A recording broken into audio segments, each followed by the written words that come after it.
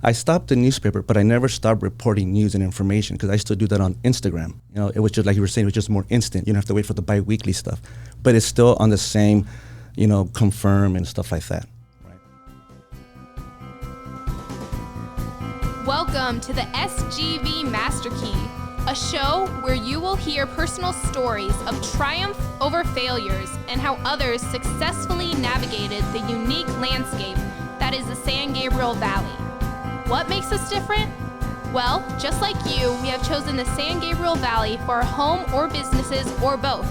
We believe it is the people and small businesses that make this community great, and we love to share their stories with you.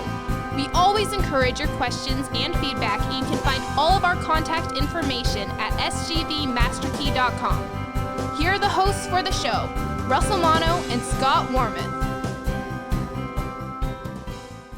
All right, SGVers, welcome back to another episode of the SGV Master Key podcast. Thank you for tuning in and spending this time with us.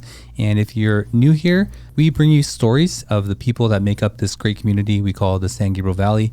And if you listen to this show often, welcome back. We're thankful to have you here. So, Scott, we just finished a show with another member of the SGV community, and we were talking about community and how it's different on a national level and a local level. And you were part of the way that a community got information, right? Yeah, my first job out of high school was working for a weekly newspaper.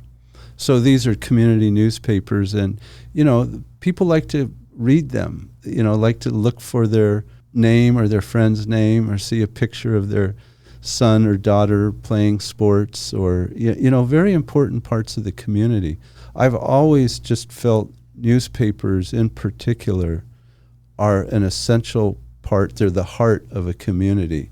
Now, things have changed in the last, 10 to 20 years, and there are other forms of media. But to me, you just go back to the simple newspaper.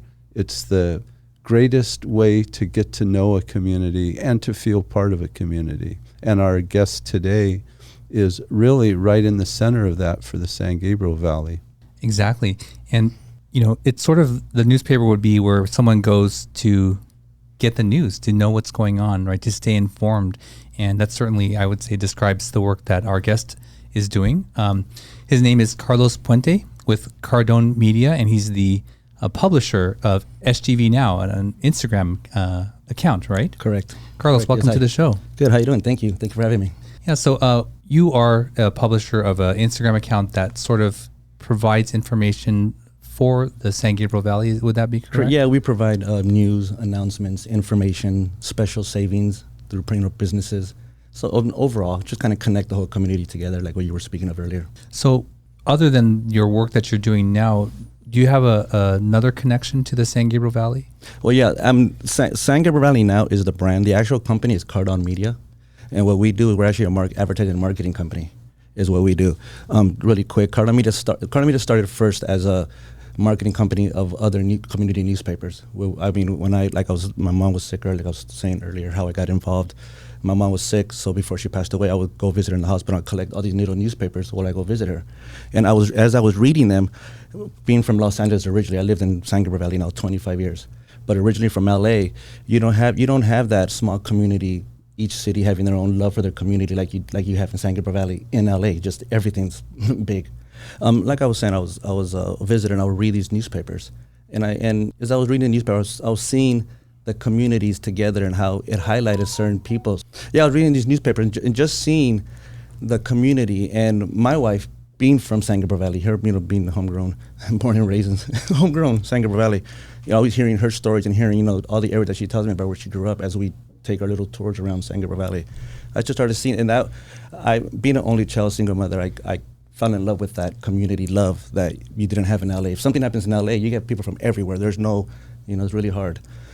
So that's how I started getting involved, reading the newspapers. Then I started seeing, seeing the advertisers, seeing how everything worked. I saw one newspaper was called Mid Valley News, which was it's one of the older newspapers, most popular at that time. This was about 6 years ago. Mid Valley newspaper. Mid Valley News. They were based out of El Monte, but they covered the Mid Valley. It was owned by ex retired city attorney of El Monte, Mr. Clark Mosley, who owned the paper. I saw an ad, for local salesmen. I said, why not? I took some time off. I had enough to take care of myself. So I'm saying, why not? Let me see what this is about. I went to go interview. I got the job, and I took over the newspaper. As we started talking, he goes, you know what? Why don't you? I would like you to be the face of the paper, of Mid Valley News. Meaning, at that time, the way those papers worked, the community newspapers, the way the advertisement worked is it was just you open the paper, there's a number, you call in, and that was it. There was no out there bringing in the sales. They would just open it up if you needed it. Then I came in and I told them what I wanted to do. I wanted to go out there. I don't want to sit in an office. I want to go out there and get to know the community. This is great. He said, okay, that's what I want you to do. Be the face of the newspaper. I'm going to introduce you to, City Hall, the mayor, the city council, Chamber of Commerce, be all this, introduce all these different people who I know you're going to know as Mid Valley News. I said, okay, great. As I did that, as I started growing, I started reaching out, noticing other newspapers in other cities like Glendora, San Gabriel Valley Examiner. Same thing. I reached out and I spoke to Mr. Mosley first, and I had an idea. I said, you know what, Mr. Mosley, what I want to do is, instead of working for Mid Valley News, I want to create my own company, a sales company for newspapers where I can have different newspapers from different areas that'll never cross each other, meaning that I'll never represent two newspapers in the same city. That was a promise that I made to these newspapers, to be fair, right? You don't want to sell Coke and Pepsi at the same salesperson selling Coke and Pepsi. So okay, great, we worked that out, and that's how I got involved in newspapers and in community and getting to know everybody and networking. That's how that started. Then I started getting involved. I wanted to open, a couple years into it, I wanted to open my own newspaper, but I didn't want to compete with Mr. Mosley, who gave me my start in the newspaper, community newspaper. I heard he was retiring a couple years ago. He sold the newspaper to somebody else. So I said, okay, I waited for him to retire. Now let me do what I want to do, and that's when I started El Monte now, because I was primarily in El Monte. Is El Monte now, is that a newspaper? That was a newspaper that I started. At that time, I was already an ambassador with the chamber. So I was going around talking to different businesses. So I got to know more. I was more of an inside of what's going on. And I started El Monte now. At that time, I started it with a partner who was handling my graphic design. As I was looking for a graphic designer, because that's the most expensive part in a newspaper. It's not the print.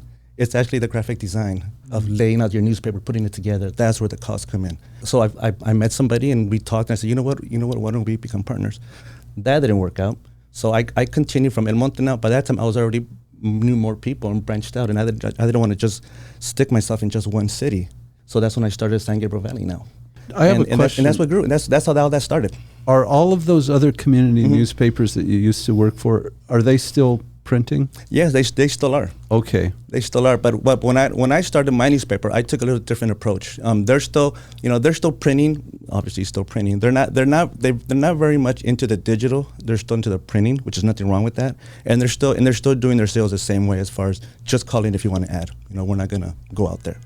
What I did is, when I started my newspapers, I wanted to start digital first instead of print. I did my first 2 issues in digital to get my target audience. Basically, was you want to get both, the teenage to 20, 45, and then 45 and older. What I was finding out is that the older generation, they read the paper, but they don't buy, and they complain. They read and they complain about what's going on in the community. The younger generation doesn't read the paper. They want the digital copy, but they don't buy. They go to their parents to buy.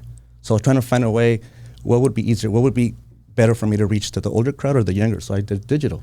Maybe the younger crowd will teach their parents and grandparents the digital age, that they can bond them together. And by that time I'll have both, where they can bond. And that's exactly what I did. And I think that's what made us successful. Do you have a paper version, or is it all digital? No, I have a paper version. I just didn't bring anything with me. But it did have a paper version. The last, San Gabriel Valley now newspaper stopped printing, right? 2 months before Christmas, I guess, September of last. And the reason why, it was just, there was an incident that happened, and being a newspaper, we don't have opinions of either side. We just print the facts. And there was an incident happening in Monte, and we printed both sides, and we just started getting bombarded with all kinds of, and being accused of picking sides. So I just said, you know what, I'm not going to do this anymore. I don't want to be involved. I don't want to, reputations are on the line. I don't want to pick sides. So we just printed our last issue, and it's transferred into a magazine, a lifestyle magazine, because by that time we started seeing there's so much history in San Gabriel Valley. There's so much athletes, so many celebrities, so many unknown celebrities, so many Olympic athletes, just regular sports athletes, major and minor. Companies that started here, There's all this shit that people don't know about. And when I talk to people and I mention the simple things like Bradbury, Bradbury's a gated community. You need to be invited to go inside. People don't realize that. And when they talk about that, they're like, I've been living here, so I grew up here, I didn't know that. So these are stories that we're going to talk about now in the magazine, which is kind of cool. Like one of our first articles is Jelly Belly Jelly Beans. They started in San Gabriel Valley. That's, Temple City, Monrovia, Alhambra, and people didn't know that. So that's one of the stories that we're Are they talking still about. based here? No, not anymore. Oh. But this is where they sold their first jelly beans. The owner lived in Temple City. His office was in Temple City, but the store they sold it out of was Alhambra. That's where he sold the first Jelly Belly, and that's where they grew, which is kind of cool. So this will be a magazine that will come out. And when will the first edition of that come out? It's going to come out by next week. We're hoping by next week it'll come out. We're done on our final draft now. Where will people find it? It's going to be, this one is going to be print. It's going to be print and digital. It's going to be we have different distribution locations where we're going to start posting right away, where you can pick it up at.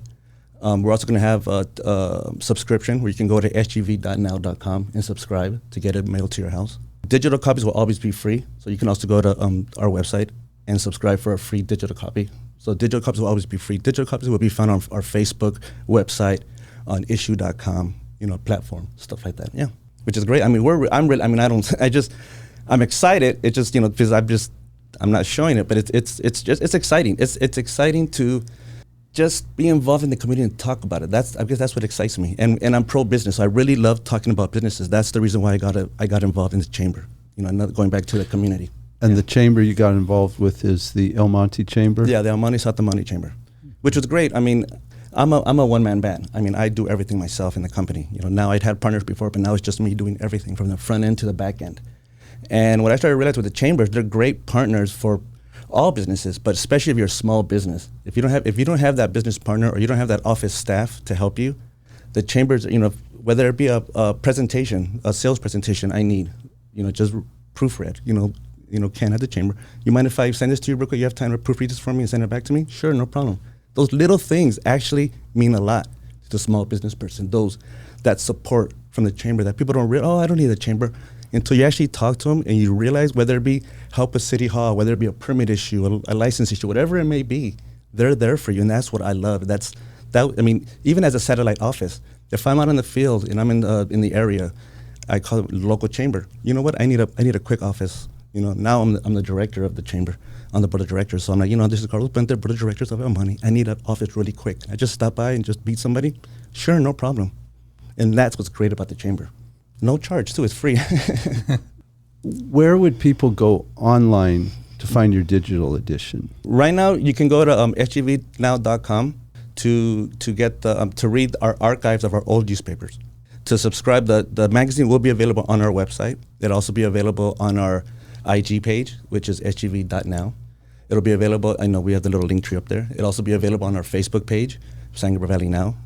And the issue.com, the website is issuu.com, which is a publishing platform for digital publications, which is real popular. So we'll be using those as we did with our newspaper.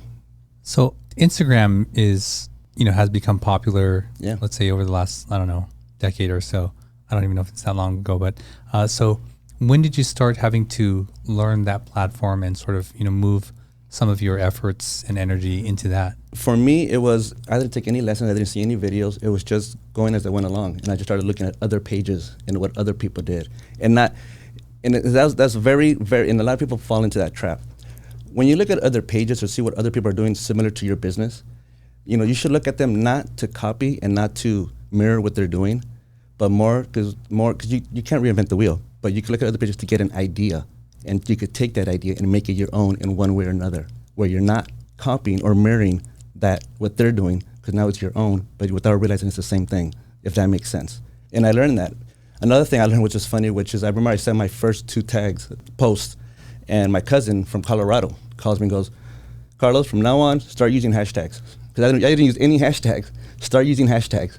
I'm like, oh, okay. So I started using hashtags. So it's just a learning process, and that's how I pretty much learned everything.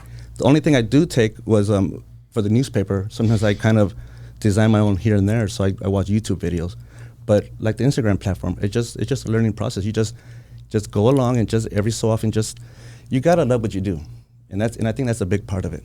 It's just every so often it doesn't. Once you start feeling like it's a job or a task or something you have to do, then I kind of reevaluate what you're doing.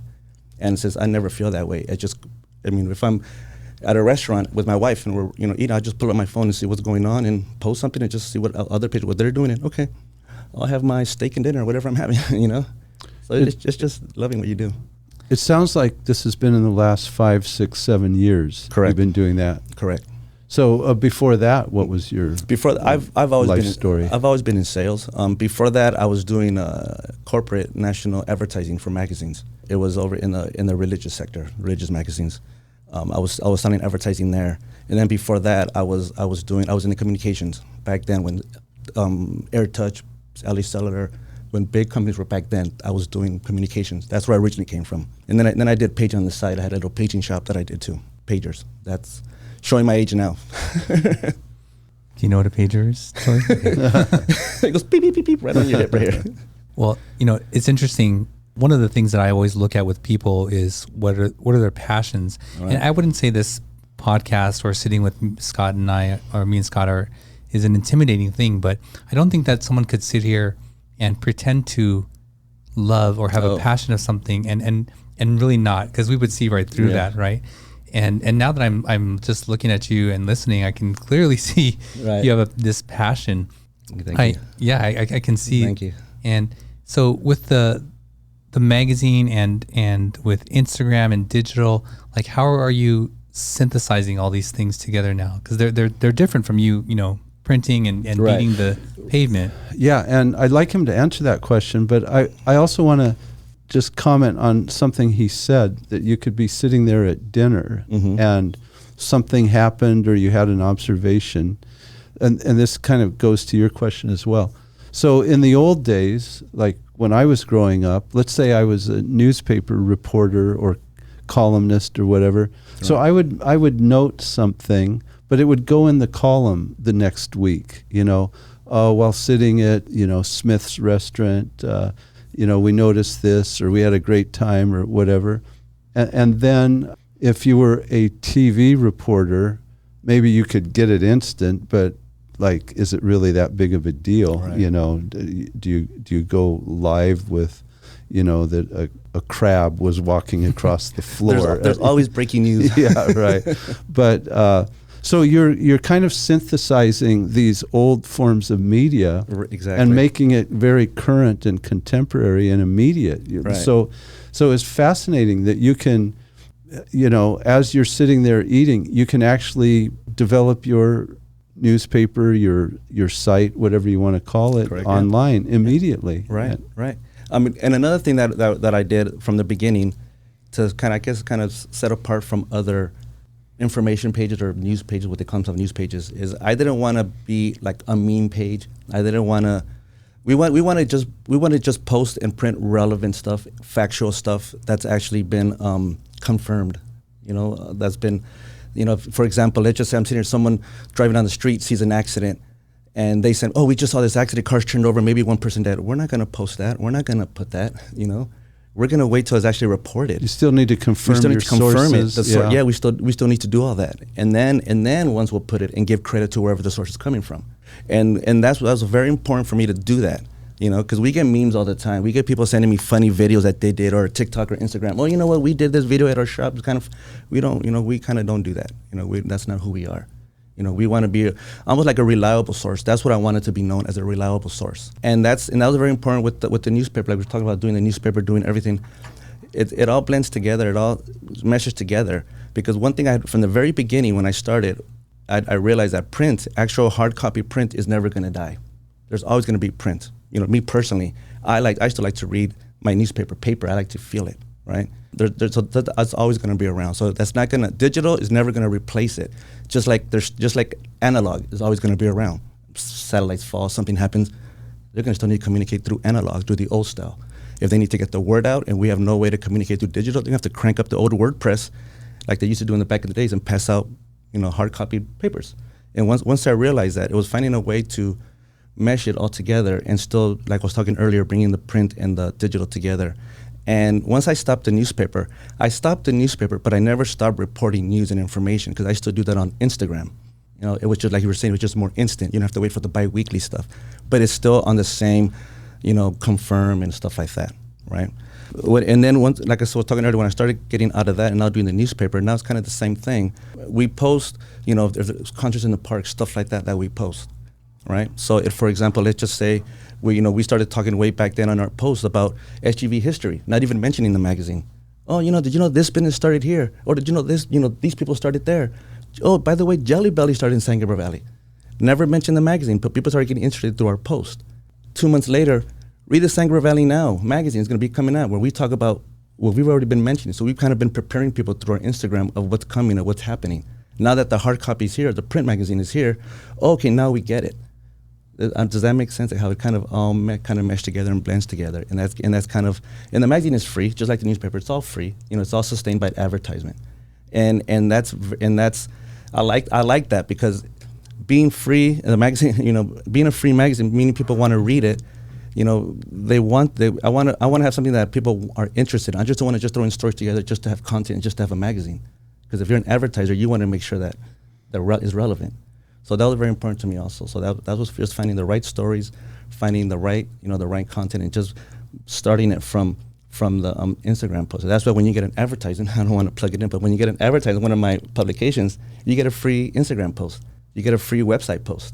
So it all packaged, even in the advertisement part of it, it all blends in together. You don't just get a magazine print ad, you get a magazine post, website. We also do video production, so we kind of so it all blends in together. That's how I kind of all made it work together, kind of master the package deals. Sure. Yeah, thank you for sharing I hope that answers your question. It makes sense. Yeah, absolutely. Carlos, we ask each guest to bring an item with them. What did you bring with you today? What I brought is, I was recently awarded Ambassador of the Year with the Chamber of Commerce. The reason why this is important to me is, I've had, Business of the Year awards, I've had Salesperson of the Year awards, I've had individual. Those awards are nice, and I appreciate and I value those also, but those are more for self-interest or to help me or my business, of course. When you're an ambassador, you're actually volunteering your time without any self-interest in just helping other businesses. You're pro-business. If I'm in my office as an ambassador and the chamber calls me and they say, what, Carlos, we have a member who has a question or a member who may need some help. We don't have time to go today. Do you have time out of your schedule to go? And if I can, I'll go. If I'll put my work aside, if it's not important and it's not a customer waiting, I'll put my work aside for a couple hours to go visit a customer and talk to them, see what's going on, see what help they need. I like that. That is, I appreciate that. So, the chamber, the way I see it is the chamber advocates and supports the businesses. And as an ambassador, you advocate and support the chamber. And you're doing it because you're appropriate and you love to do that. And just doing that, when I started doing it 4 or 5 years now, and then just to be, and then the award is just a plus about it. Just knowing that, that doing something like you were saying earlier, something that you love, just helping other businesses without any interest, If I help you, even when it comes to a sale, I've had members who are in whatever category, not my competition, but whatever they're doing. Hey, Carlos, you know what? We need some help here. Maybe a sales question. Maybe helping you get a sale. Oh, sure, I can go help you. Oh, sure, what can I do? I'll go there and help you, close the sale, or help you just, see what I can do. Help you make the sale, And then, like I said, it all goes back to was that the Zig Ziglar quote? You help yourself by helping other people get what they want. Kind of that saying. So that's kind of what I kind of go by when it comes to the ambassador, and that's why I appreciate that so much.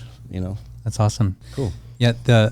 What's refreshing with you now and the just previous guest is this concern for local things happening. Local communities, and there's so much going on in the world right now, right, everywhere. But that people are still here and caring about their community and the people in the communities. That's really refreshing to hear. So big time, especially in business. Yeah, absolutely.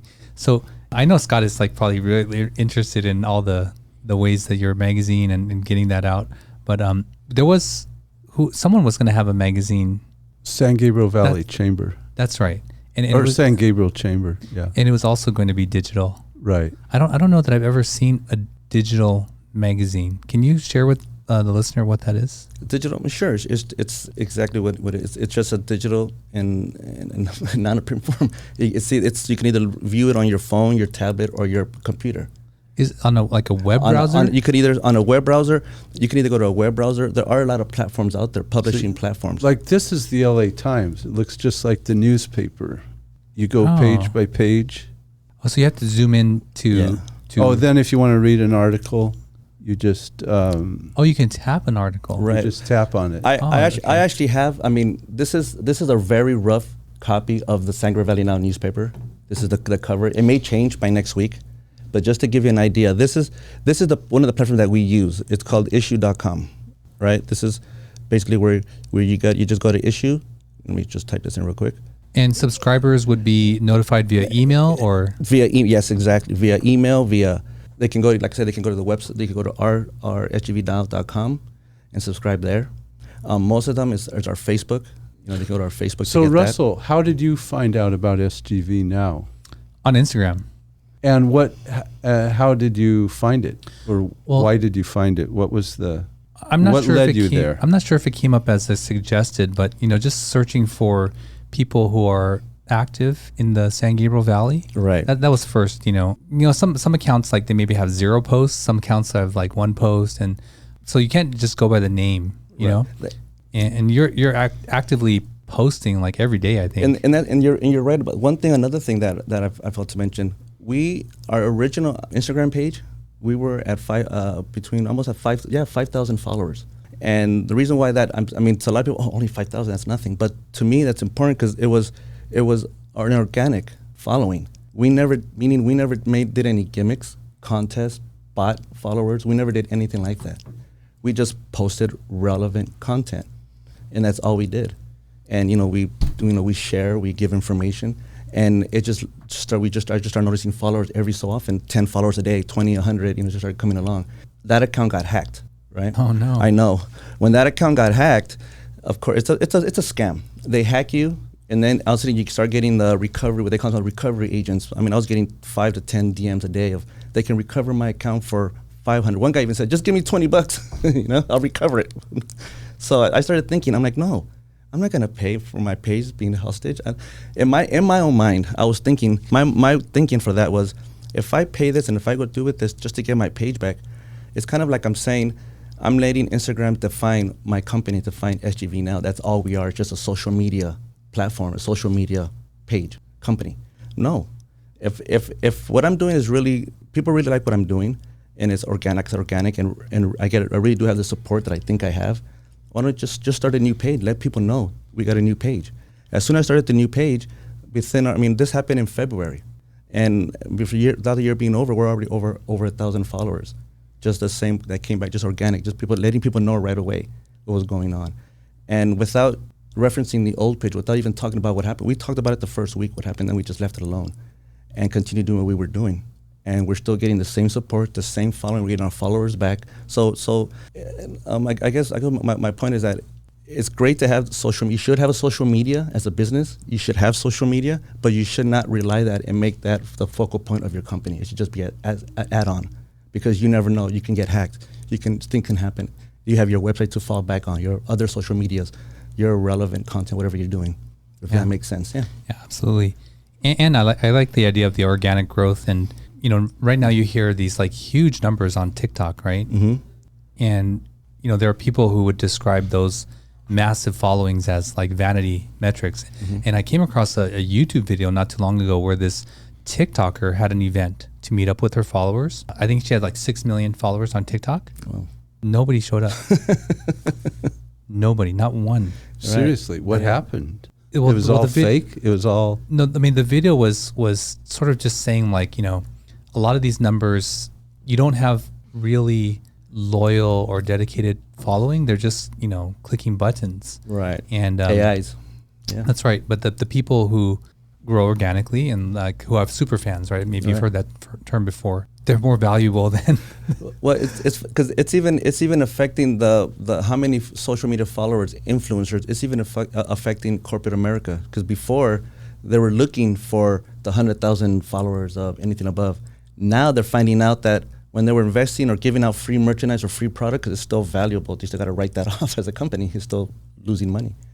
They weren't getting a big ROI. They weren't getting a big return on any of that. They weren't nothing. They're trying to find out that this is not working. And then they started doing more research that out of 100,000 followers, you figure half of that right away, half of that is fake, or from other places that don't even buy your product or even know what your product is. Another 10% are probably AI generated. When I say fake, meaning bot. And then you have the bots. That's another 10%. So once you start to dwindle down, that 100,000 now just became maybe 10,000 of actual followers. Yeah. So they started. So now they're looking for they don't want the 100,000 followers anymore. The big Coca-Cola, the big corporate, I'm talking about, they're looking more now for the $10,000 followers. That's the key point now, because they know that out of the 10,000, we know at least 7,000 are real followers. Oh yeah. Because it's such a smaller number, which makes sense. Which is cool. On my own personal / business Instagram account, I get offers to buy followers every day. Every day, yeah, me too. Every day, spend this much, will grow, legitimize your page. And I'm like, wow, it's unbelievable.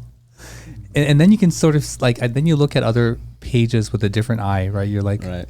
Does this person really have all that? And I sort of look at their content and it's just sort of a little bit suspicious. Right. But yeah, I mean, in the digital world, it's a lot easier to have people hacking the system. Yeah, right. It's a lot of it is common. I mean, I'm not computer savvy at all. Like I said, I mean, when I got the first page that got hacked, it was just a mistake that I made on clicking a link. They come at you like they're friendly. They're your friend that's helping you out. You learn from that. But like I said, I mean, what's so funny about that incident is that prior to that, they've been trying to hack my account, and I've always fended it off because I've always was. But it happened on February 14th, Valentine's Day, when I was out to dinner with my wife, and a friend. I get this link about helping out a friend recover their account, and without thinking, with my wife on Valentine's Day, I just clicked on the shirt. Okay, babe, we'll just go back to whatever we're doing. That's how they got me. But prior to that, I've always fended them off because of the comments. It just doesn't. If it doesn't sound right or look right, I mean, don't do it, obviously. And at that time, common sense went right out the window, and I was thinking about Valentine's Day with my wife, and they got me, Sure. But my point is protect yourself. You don't have to be computer savvy. It doesn't hurt to learn and read, and you should always want to learn. But don't sit there with your hands and be like, oh, I don't know what happened. No, just look out for the signs. If it doesn't sound right or look right, then don't do it. Fortunately for us and this show, our show exists on the website. Mm-hmm. It exists on various podcast platforms, on YouTube, on Instagram. And now I think I think you're episode 67 or so. Now, as we have various guests of the community, they reference other guests. Right. There's this like connection within the San Gabriel Valley, right? So it's pretty cool. Network is key. Yeah. Carlos, when we first spoke on the phone, you mentioned a radio program that you're on. Can you talk a little bit about that? Yeah, I'm on the station itself. It's called KPFK, 90.7 FM. The studio's based out of Studio City in San Gabriel Valley. The way that happened, it's just similar how you reached out to me. How we networked. I was at an event, and the event was a DJ that was there. And him and I were just talking, not knowing who he was, and him not really knowing who I was at the time. Because he's not from San Gabriel Valley. He just has events that he does around. And as we started talking, he started seeing me around doing what I do as far as San Gabriel Valley now, reporting, community reporting. And he asked me, what do I do? I told him, check out my page. So, you know what I'm doing. And he told me what he did. 2 days later, he called, his name is Emiliano, DJ Emiliano. He calls me 2 days later and goes, hey, listen, I was looking at your page. I like what you do. And I was, talking to other people. They know who you are. I'm a radio director also for a show called Soul Rebel Radio on KPFK in San Fernando Valley, 90.7 FM. He goes, he told me, this is what we do. We're a station that's for the people, by the people. It's just community radio station. He goes, we cover LA, San Fernando, but what we don't cover is San Gabriel Valley. We don't do any San Gabriel Valley coverage whatsoever. He goes, and I like going back, I like what you do. I want you to do exactly what you're doing on your Instagram page and your publications. I want you to do that exactly, but do it on radio, Okay, sure. So I went the first day, we just did a test, and he goes, yeah, let's do it. And basically that's what I do. I just, it's an hour show from 7 to 8, Soul Rebel Radio. Also on your car radio, but also on a digital, going back to digital. It's also going on a digital platform. You can hear it on the radio streamer. If you go to our Instagram page, sgvnow.com, and you click on our bio page, the link tree, you click on the radio streamer, and you can listen to it on your phone, tablet, or PC. Or if you're in your car, just tune into 90.7 FM. And that's what we do. We just started, and it's an hour show. My segment, Carlos Puente with SGV Now, is about 15 I say about 15 minutes, 10 or 15 minutes segment of just talking about San Gabriel Valley now. I bring in business owners. I bring in business owners only who give back to the community. That's very important to me. That I'm not just going to bring you in to highlight you or advertise your company, especially for free. I mean, I want to, my first question is, what do you do for the community? What do you do to give back? And once they tell me, okay, you want to come on my show? Let's talk about it. And we'll talk about your company while we're at it too. And that's how that goes. Do you do that daily? No, it's podcast style, which means that we record it on a Wednesday and it airs on a Friday. We every once we've done live shows before, but we record. I go into the studio on Wednesday or I record from my home, and then or I send it like tonight. I don't have time to go into the studio, so I'll probably record at home and then I'll email it in to them. Did you say the show is the studio's in Studio City? Studio City, yeah. Oh, okay. Off Ventura Boulevard, right next to Universal Studios, cross street from In-N-Out. So you know where we're going after we record every night. Oh, there's an In-N-Out around there? Yeah, right on the bottom of the hill of Universal Studios on Ventura. Oh. On Ventura. Okay, now I know. And I think I remember like after, when I was in my younger years, going out on a Saturday night, there'd be like a huge line of the people. It still is. Okay. I mean, I go there to record. I go there Wednesdays, I get there about 9 or 10. And, sometimes I record my segment or sometimes I'm in someone other segments. By the time we're done recording overall, everybody, the whole hour show is probably about after midnight, closer to 1. And there's a line. There's always, let's go catch some In-N-Out real quick. We go out there and the line, the street. Which line is longer? The lines are long in the drive-through and inside the restaurant. So the lines are just as equal, going inside or drive-through. So what I remember about that In-N-Out specifically is that people would gamble to go from whatever club they were to sober up in the line. Because the line, so they could drive. Right? Because they was so long. So they would just get in the line, and you would expect to be there for a while, a long time, and then you would just eat, and then the freeway entrance is like right there, right? Right. Yeah. I mean, I've never driven drunk. I know people would do that. But speaking about how long the line, it's funny because that particular In-N-Out, there's a Carl's Jr.'s, couple of doors down next to a Panda's closed. Carl's Jr.'s also open 24 hours, and we were carpooling. I remember that time, I carpooled with some people, and we were in the drive-thru. We tried to get In-N-Out. And the guy in the back is like, you know what? I'm hungry now. I'm going to go to Carl's Jr. We thought he was kidding. He got out the car, went to Carl's Jr., got his food, came back, and we were still in line at In-N-Out. That's how long the lines are sometimes. I don't know if they only serve burgers, so I don't know if people sitting there going, well, what else do you have? I don't imagine anybody listening or watching this show would not know what In-N-Out is, but it's fast food that is not so fast. But it's excellent quality. Yes, it is. I'm the biggest fan of In-N-Out, and it is in San Gabriel Valley the best In-N-Out I've ever gone to because there's no lines ever. Which one are you going to? Kalima Road, City of Industry. Where do you go? Somewhere in Bakersfield, way out there where nobody's at. No, Bakersfield has a line. So does Barstow. But going back to the In-N-Out. The owner, the granddaughter, she lived in Bradbury, another person, big multi-billionaire, living out of San Gabriel Valley. These are things that we're going to talk about in San Gabriel Valley Now magazine. Just kind of quick. See how these stories get the conversation started about what's going on, and that's exactly what I want the magazine to be, a conversation starter of San Gabriel Valley. Speaking of Bradbury, the first time I went there, I was 16 years old. I was in high school, and with my fixed up Toyota Corolla with loud exhaust, and I was invited there, and I was like, is this the right place?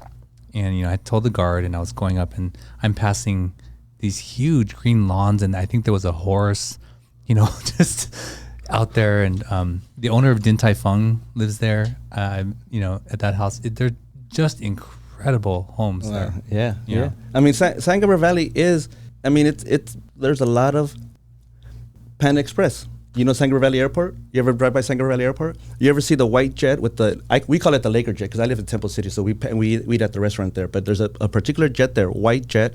It's got purple and gold striping. Have you ever noticed it? Well, that jet it belongs to the CEO of Panda Express. The corporate offices are here in Rosemead, right? Or San Gabriel Valley or Rosemead. On Walnut Grove? Right, exactly. That, because, the chamber, they deal with him all the time, so they know him personally. That jet, like the way we drive our Hondas or our everyday cars, that's his everyday jet to get from here, where he parks it in San Gabriel Valley Airport. He lives in Vegas, and he travels back and forth almost daily on the jet, as if we're driving to work on the 405 freeway or the 10 freeway. And then when he gets to Vegas, he's got his really nice corporate nice jet that he does his regular traveling with. But these are things that happen in San Gabriel Valley that, you know, I mean, it's like incredible. It's Carlos exciting. knows all the details, all the stories. I try to. The secret is to keep it to yourself and don't talk. No, just kidding. Wow. I mean, I knew that family, right? This family does really well, and I knew that the original restaurant is in Pasadena, right on Foothill Boulevard. Yeah, I believe. Yeah, that was a very expensive. Sorry, real quick. That was a very. We went there. I remember we went there for the first time. That was a very expensive dinner. We knew what we were going into. We just didn't know that you had to order everything separately in big quantities. You can't walk in. I have a 2-item combo. It doesn't work that way. Oh yeah. So if you've never been there, it is the original. It's called Panda Inn. Panda Inn on Foothill in East Pasadena, but it is not. The food is similar, like some of the dishes. I mean, I think you can get orange chicken there and broccoli beef, but there's also other dishes there. Right. But they come family style. It's like pass along. Yeah, you grab your portion, you pass the bowl around to the whole table. Yeah. And this is like a white tablecloth, servers there and everything. So, Carlos, thank you for sharing about Rebel Radio. Is that what you called it? Soul Rebel Radio. That's what we say. That's what I say when I'm on the radio. This is Carlos Puente HEV now here on Soul Rebel Radio. Sort of like Soul Train. That's awesome. Well, let's take a moment here and thank our sponsor, Warmoth Law. At Warmoth Law, they believe that just because you speak a different language, come from a different culture, or simply do not know how to navigate the legal system, that should not prevent you from compensation from injury or receiving benefits. You can reach them today at law888.com or call them at 626-784-7017 and let them know you heard about them on this podcast. Carlos, I want to listen, and I'll definitely tune into one of those shows. But I really like your thought on who you bring on, why you bring them on, giving back to the community. That's a very admirable thing. What are some of the things besides the, your Instagram account and the magazine coming up? What are some of the other things that you're looking forward to in the future? Business-wise, I'm always, from a business point of, like I said, CARDON Media is what makes the money. Let's just say that's my corporate. That's what brings in the money. HEV brand is just, it's just a brand. I'm always learning about my business and what's going on.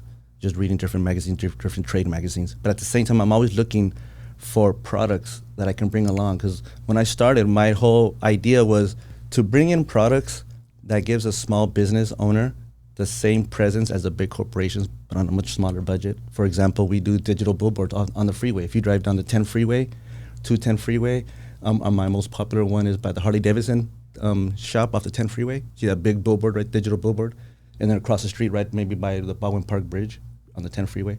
Those two billboards are mine. The billboards itself are not mine. I saw the ad on there. But that's kind of, and it's not that expensive it's cheaper to advertise on a digital board than it is on a stagnant, just a regular non-digital board. So, it's these type of products that I bring in, that I try to find for the customer, always looking for new things for small businesses that maximizes the ROI for the business, but at the same time doesn't cost them an arm and a leg, as a business. But it gives them that same presence. That's what I'm always looking for from a business point of view. And whether it be, starting a new publication or starting a new marketing, advertising marketing, whatever it is, that's what I'm doing from a business point of view. And just always networking. I mean, the grand goal, I started with an idea, really quick. I started with an idea to also have my own streaming channel on the Roku streaming service. I started it. I just haven't really paid much attention to it. But in the end, that would be a nice goal, to have a community channel, just like Spectrum News does their thing on the Channel 1. I would love to have that on a Roku channel. Where CARDON Media channel, where we just bring in whatever it is, whatever everybody's doing. If it's a local garage band, if it's a local event, to have it there. That is also one of the main goals. We talked about the possibility of that, right, with the studio in Pasadena, and there's a morning show with Aaron Sanchez. I don't know if you know that. No. I forget the station that he's on. He was a guest on our show, and he was talking about that I think they do produce something like that for Pasadena, or something local, right? Mm-hmm. Well, the cable companies have these local shows that I think they're required by federal law to provide, local access is what it's called. For the grant, because they get grants. So part of the grants, they have to put a piece of that for public information. Oh, And really quick, that's another thing from printing and marketing and salesperson point of view. That's another thing that I also learned really quick as a business owner. If you ever want to get into print or any kind of marketing or advertising where you give information, corporations, especially big corporations and cities, get grants where they have to give public information. When they get grants, they have to put some of that money out to give public information. For example, the water company, they advertise with us all the time because they have to talk about the water drought because they get a grant that they have to give information about water drought. So that's another important thing about networking, because I was able to find out about this money that then as a business I can get to advertise what they want, right? Instead of going to the bigger publications. And what I like is that these companies, they would rather advertise with a smaller company like myself or smaller newspaper as opposed to the LA Times or San Gabriel Valley Tribune, right? And once you start learning all that, it's fun. It's just fun. I don't know how we got into it, but it's just fun. Yeah. And speaking of the grants and public information, yeah, that's really important. That's really and I can see why the corporations see it as, we have to give this money away. But if you utilize it and use it and give that information as a newspaper, as a publisher, if you know how to utilize and give the right information and really not just give a generic information, but really make it where people engage. That's important. Engagement. Then that company will always come looking for you because they know you're not just going to tell people. You're going to tell people and engage and connect, and that's important. That's interesting information, and I never knew that before. But thank you for sharing that with us and the listener. We're going to ask you to share some more with the listener. If you can share some of your favorite places in the San Gabriel Valley.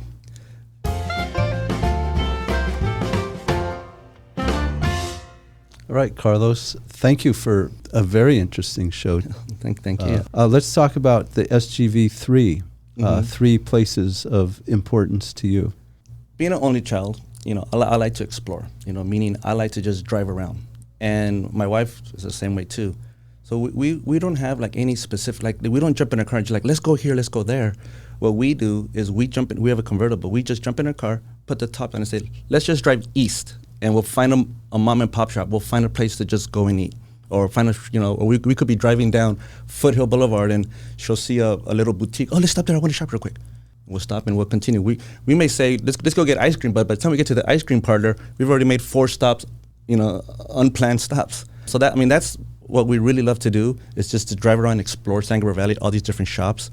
But we do like to go out to dinner. Like one of our favorite restaurants is Max's restaurant over in the city of Azusa. They have 2 locations. We like to go there because it's a very relaxing place. Everybody knows each other. It's like Cheers. Everybody knows each other, and it's affordable. But it's just what I like is that that restaurant is kind of unique because you don't have a set waiter at your station. When you sit down, you have the hostess asking you, "Can I take your order?" You have another person coming by. You need more water. So by the end of the night, you have like 5 different people taking care of you, but you really don't have a set waiter. So it's a community tip. So when you leave a tip, it's a community tip, which is kind of cool because you don't have to sit there and look for your waitress or look for your waiter. It's just everybody, as soon as your cup is halfway, they come to you right away. It's called Max's. It's called Max's, right? Which is really good restaurant. That's what we like to do. Like I said, I live in Temple City. I really love Live Oak Park. I have a husky, so that's where I take my dog to walk every morning. Like I said, when we go out to eat, whether it just be a fast food or it be something that we take out, we go pick up takeout food. We never bring it home. We always go to the park, Live Oak Park, because it's just right down the street from our house. We always go to Live Oak Park and just either we sit out in the grass and whether it could be McDonald's or it could be In-N-Out, we'll just go to the park and just sit there and just enjoy it. Or put the top down and I always take my tablet with me. So if we sit in the car, I set my tablet up on the dashboard and we watch a movie while we eat. Or we'll go just sit in the park and we don't talk, we just eat. Oh, nice family time though. Yeah. It's just 2 of us, just 2 of us. Yeah, right. Yeah, but that's kind of what we do. And like I said, we're just always, in other words, I like to take the long way home. No matter where I'm at, we always take the long way home. So you just like to traverse the valley.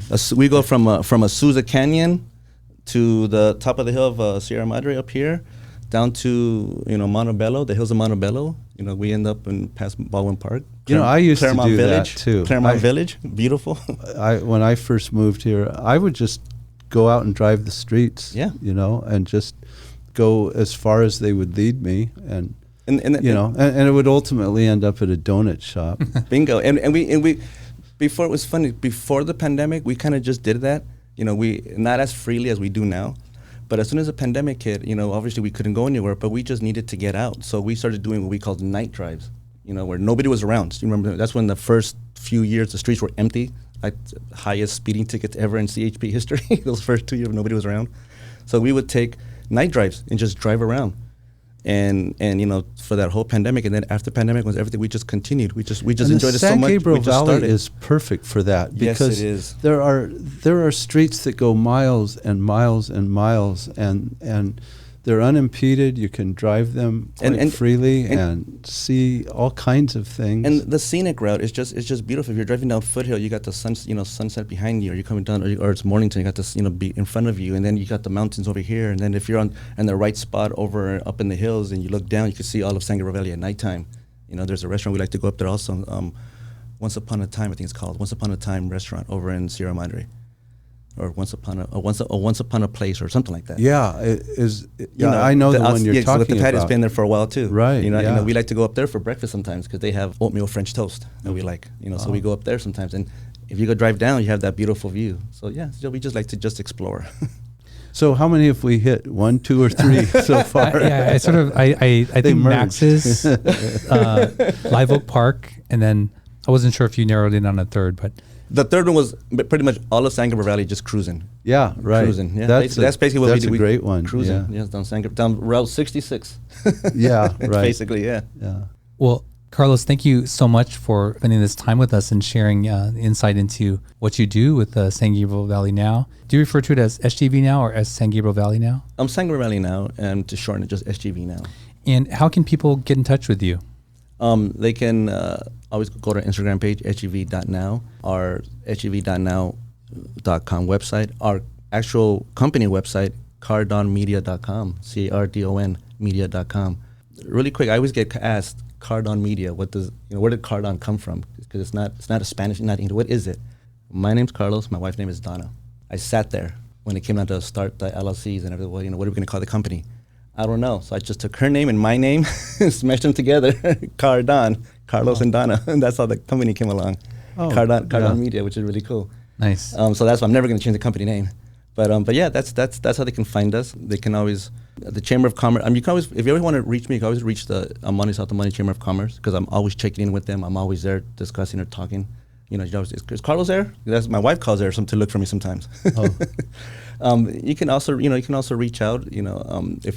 If you're a business looking at marketing or advertise, reach out to me personally. 626-238-4754. That's my personal number, and we can talk and see how we can help each other. Awesome. All right. Well, Carlos, we enjoyed this time with you, and thank you for being here on the show and sharing with us. Thank you for inviting me. I like this. I like what you guys do here. Thank you. I like this whole thing. Awesome. Well, there you go, SGVers. Thank you for tuning in to another episode of the SGV Master Key. Please like, comment, subscribe, and you can find us at sgvmasterkey.com. Email us at info@sgvmasterkey.com, and we'll see you next week with a brand new episode. Thanks for checking out another episode of the SGV Master Key. You can find the full back catalog of the SGV Master Key at sgvmasterkey.com and wherever you get your podcasts. This show was produced and edited by Russell Mono and Victoria Allers of Kind Monster Productions. Thanks again for listening or watching. We'll see you again real soon in the next episode. Nice mother. No, kind mother.